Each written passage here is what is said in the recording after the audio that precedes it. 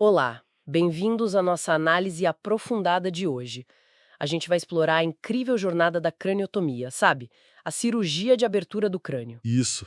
Temos um material bem rico aqui, baseado num webinar do Dr. Enrico Ghisoni, que é neurocirurgião e professor. Ótimo material. A ideia é destrinchar como essa técnica, que é super complexa, evoluiu, desde, assim, métodos bem antigos até a tecnologia de ponta que a gente vê hoje. Vamos nessa. Com certeza. E acompanhar essa evolução é fundamental, né? Porque não estamos falando só de ferramentas mais modernas, tipo... Sim, A grande questão é como a gente conseguiu tornar um procedimento tão delicado e inerentemente arriscado progressivamente mais seguro, mais preciso. exato. Cada passo nessa história abriu portas que, olha, antes eram impensáveis na neurocirurgia. Então, vamos direto ao começo. A palavra cirurgia já entrega um pouco a origem, né? Vem do grego para trabalho manual. Uhum. E o mais impressionante é que temos evidências de craniotomias de 12.000 a.C. É muito tempo. É, absurdo, né? Pensar nisso. Crânios antigos mostram sinais claros de cicatrização. Ou seja, as pessoas sobreviviam a esses procedimentos feitos com ferramentas de pedra ou ossos. Impressionante. Encontraram até crânios com os furos preenchidos com ouro, que a gente sabe que é um material inerte, né? Já tinham essa noção. Pois é. E na era greco-romana, muito por causa das guerras, né? Surgiram novos materiais. Vidro, ferro, bronze e cobre. Ah, sim. A necessidade impulsionando. Exato. Mas aí veio a Idade Média, que foi um período complicado. A chamada Idade das Trevas. O estudo da anatomia foi meio que restringido. E surgiu a figura do cirurgião barbeiro. Sim, que fazia procedimentos mais na prática, sem tanto conhecimento médico formalizado, digamos assim. Mas o Renascimento, ufa, trouxe a anatomia de volta, né? Sim, reacendeu o interesse. Foi aí que surgiram instrumentos como os trépanos. Pareciam quase um saca-rolha, sabe? Para perfurar o crânio. Nossa. E no início, essas cirurgias eram mais no osso mesmo, né? O que vocês chamam de extradural. Isso, geralmente não mexiam na dura mater, que é aquela membrana que cobre o cérebro. Era focado mais na calota craniana. Entendi. A coisa começou a mudar mesmo, no século XIX. A neurologia começou a mapear as funções cerebrais, localizar onde cada coisa acontecia. Ah, então precisava chegar lá dentro. Exatamente. Aí surgiu a necessidade de acessar o cérebro de forma mais ampla, sabe? Exigindo aberturas maiores no crânio. E como faziam isso? Olha, os métodos eram bastante agressivos. Usavam martelo e cinzel para conectar os furos iniciais. Imagina a vibração. Caramba, devia causar muita lesão no cérebro só pelo impacto, né? Muita contusão cerebral, exatamente. Pela própria vibração e o trauma direto. Imagina o trauma. E depois veio a Serra de Gigli, certo? Que é curioso, foi inventada por um obstetra. Exatamente. Para alargar a pelve em partos difíceis. Adaptaram para passar entre os furos da craniotomia e cortar o osso. Ainda assim, Ainda assim, era um avanço em relação ao martelo e cinzel. Mas, nossa, longe do ideal, percebe? Por milênios a intervenção era muito limitada, focada mais no crânio. sim. O verdadeiro salto só aconteceu quando a gente começou a entender não só a anatomia melhor, mas princípios médicos básicos, coisas que hoje parecem óbvias. E quais foram esses princípios? O que realmente abriu o caminho para operar dentro do crânio, no cérebro mesmo? Foram basicamente 5 avanços cruciais na medicina. Eles formaram a base da neurocirurgia moderna. Quer ver? Quero. Primeiro, anestesia. Lá por 1842. O éter. Que começou sendo usado em festas, ouvi algo assim. É verdade. Usavam recreativamente para dar um barato até que um médico percebeu que alguém sob efeito se machucou feio e não sentiu dor. Foi meio acidental, mas revolucionário. Permitiu cirurgias muito mais longas. Nossa, que história. E o segundo? Antisepsia. Parece básico hoje, né? Mas a simples ideia de lavar as mãos... Ah, o Semmelweis. Isso. Ele notou a ligação entre médicos que vinham de autópsias e a febre puerperal nas mulheres que davam à luz. Diminuiu drasticamente as infecções. Fundamental para qualquer cirurgia. Fundamental mesmo. Terceiro. Hemostasia. O controle do sangramento. Isso evoluiu muito. Desde as ligaduras de vasos lá no século XVI com Ambroise Paré. Amarrar os vasos, né? Isso. Até o eletrocautério, já no século XX, que permite coagular vasinhos pequenos com uma precisão incrível. Faz toda a diferença no cérebro, imagino. Total. E o quarto, transfusão de sangue. Com a descoberta dos grupos sanguíneos pelo Landsteiner no início do século XX, ficou possível repor o sangue perdido, essencial para o cérebro, que recebe tipo uns 15% de todo o sangue que o coração bombeia. É muito vascularizado. Muita coisa. E o quinto? Localização neurológica. Ou seja, entender qual parte do cérebro faz o quê. Qual área corresponde a qual função ou sintoma, para saber onde intervir, né? Faz sentido. É impressionante como essas peças se encaixaram. Mas imagino que a implementação não foi assim, da noite pro dia, né? Deve ter tido resistência para adotar a ondicepsia, por exemplo. Com certeza. Nenhuma dessas coisas foi aceita facilmente. O próprio Semmelweis enfrentou uma resistência enorme da comunidade médica da época.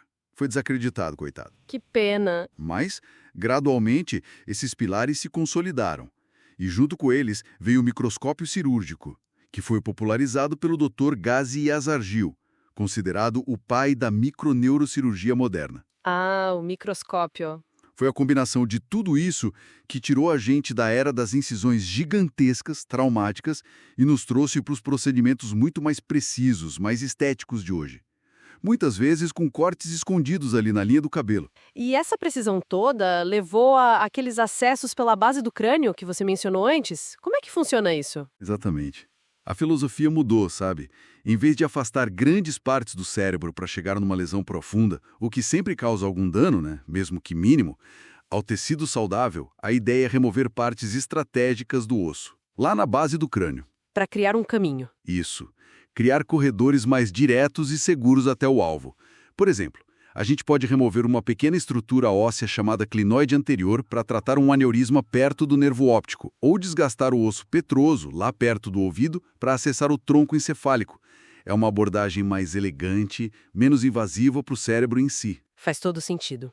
E as ferramentas tiveram que acompanhar essa delicadeza toda, imagino eu. Totalmente. Hoje a gente tem a fresa de parada automática. Ela perfura o osso e para sozinha assim que atravessa a camada mais dura, protegendo a dura mater. É fantástico. Uau! Temos o craniótomo, que é uma serra específica com um protetor que desliza entre o osso e a dura, evitando lesão. É muito mais seguro. E pensar que, segundo o Dr. Ghisoni mencionou, já se usou até furadeira Bosch, adaptada em alguns lugares no Brasil, em tempos mais difíceis. O contraste é enorme. Pois é, o contraste é gigantesco.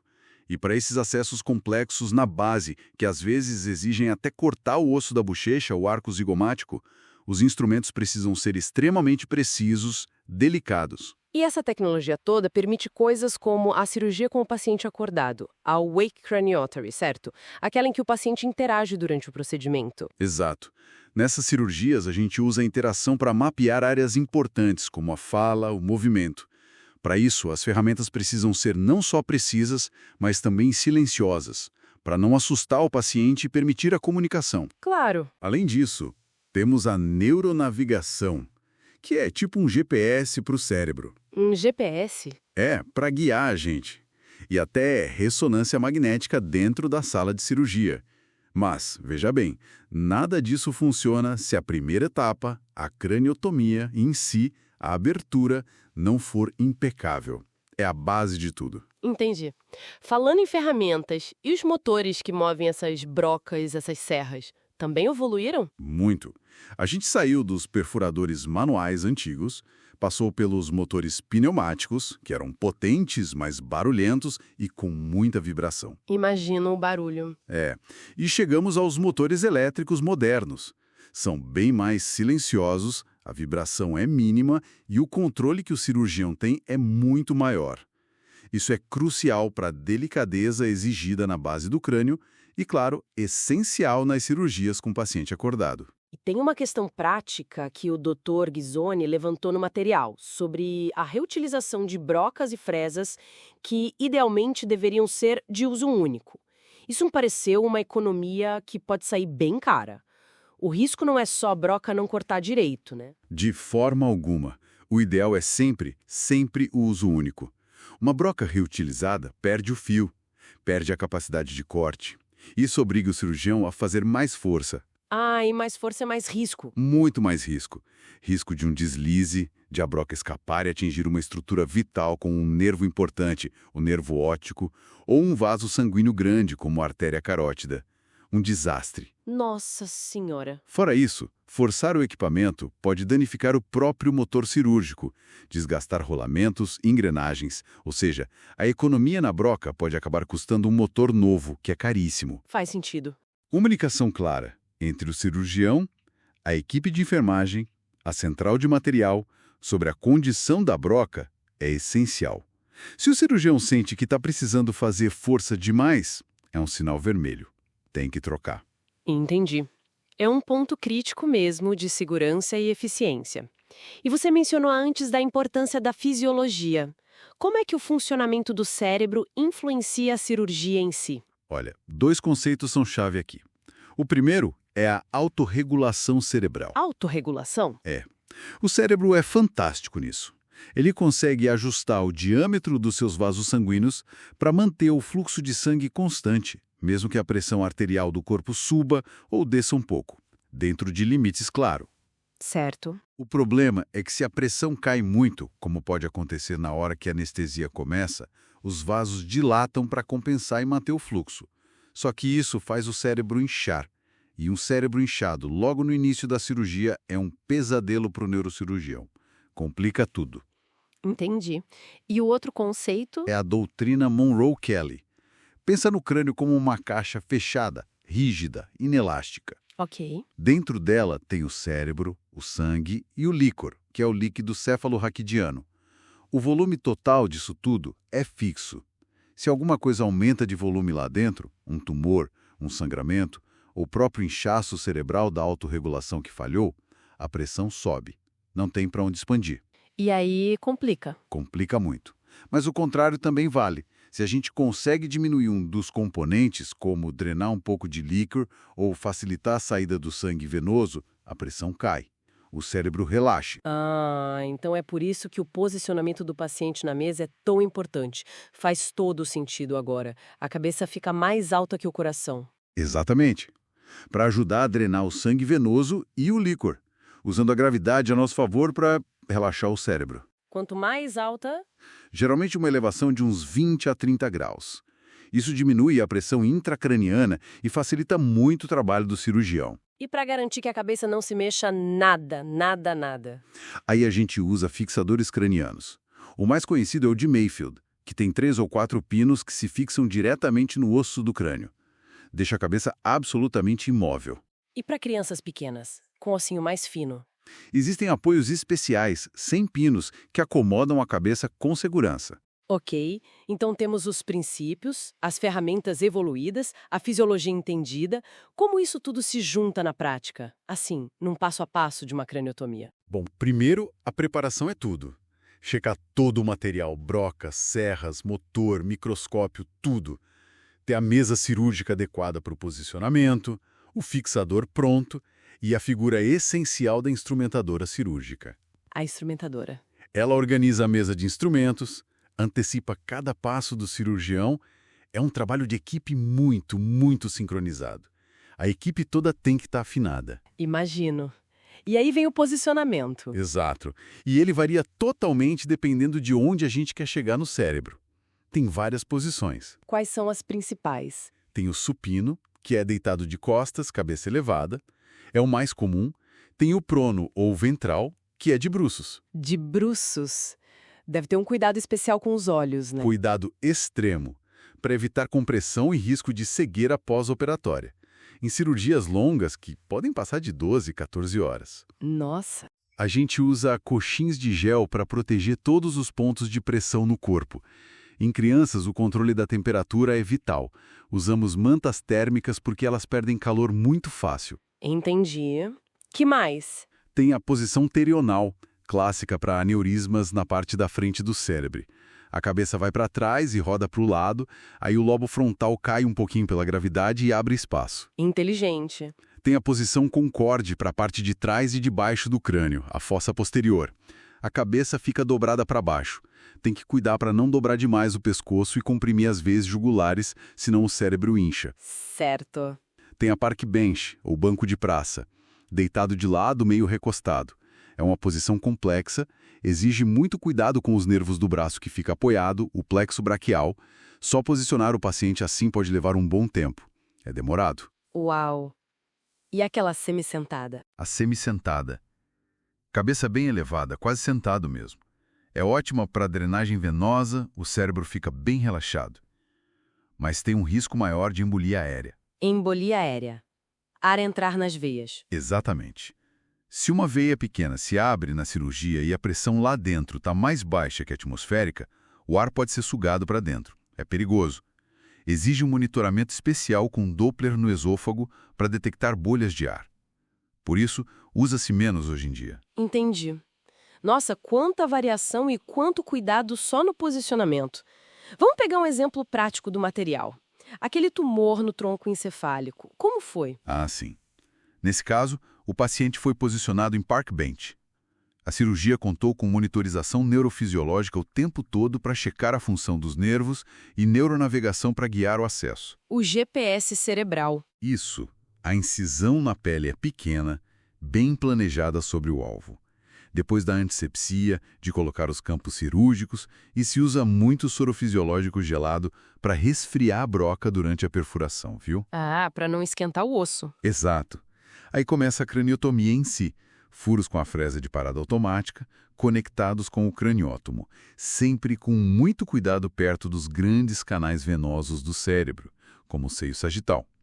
Assim que a dura márter é aberta, com cuidado, o líquor começa a sair. E o cérebro relaxa. E o cérebro vai relaxando, ganhando espaço. Aí o cirurgião pode trabalhar naquela área tão delicada que é o tronco encefálico. Que delicadeza! E outro exemplo, o aneurisma de Pica, artéria cerebelar posterior inferior, né? Isso. Ali o desafio é o acesso, que é bem profundo, lá atrás e embaixo. A posição específica para expor aquela região. A craniotomia precisa mostrar estruturas ósseas e venosas delicadas, como o seis transverso e sigmoide, que são grandes canais venosos. E aí usa broca fina? Muitas vezes usamos uma broca fina, de alta rotação, que a gente chama de drill, ou às vezes frio no jargão, para esculpir o osso com delicadeza perto de nervos e vasos. Abrimos a dura, depois as membranas aracnoides, que são fininhas. Tipo uma teia de aranha, né? Exatamente.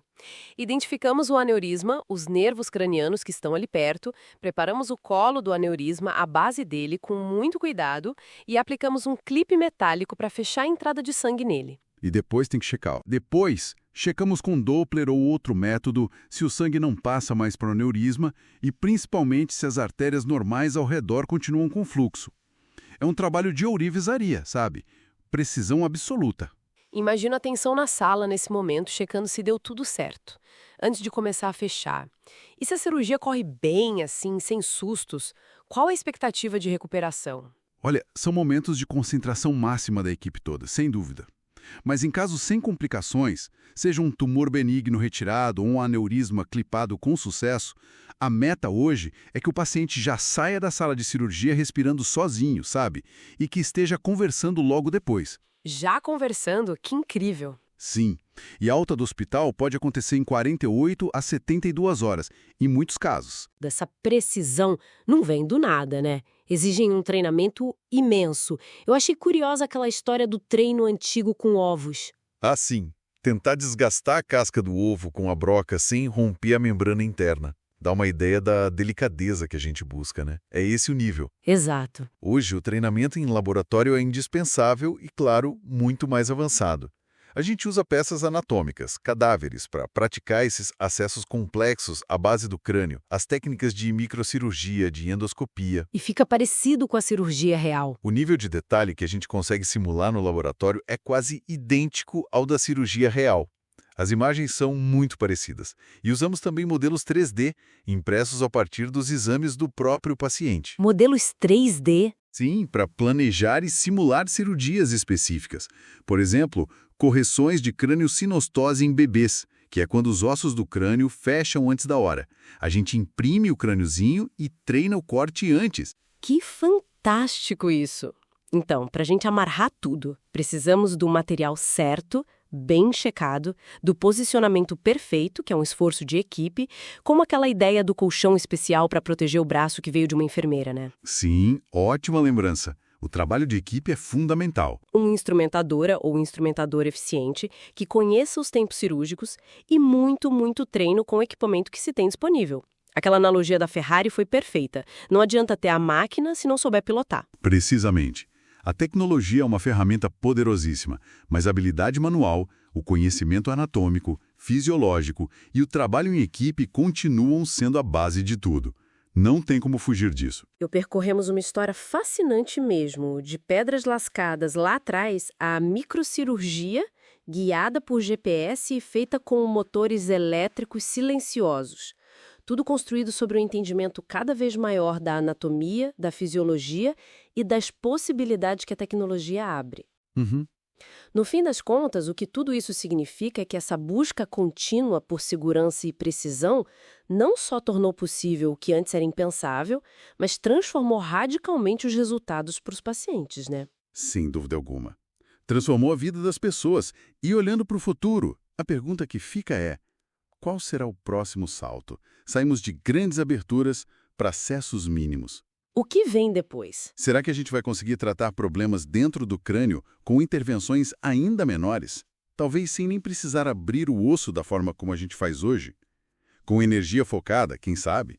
Seria incrível. E talvez a questão mais importante: como garantir que toda essa tecnologia incrível, que esses avanços cheguem a quem realmente precisa deles? Em qualquer lugar do país, do mundo. São reflexões essenciais para a gente continuar avançando, né? Com certeza. Questões importantíssimas para a gente pensar.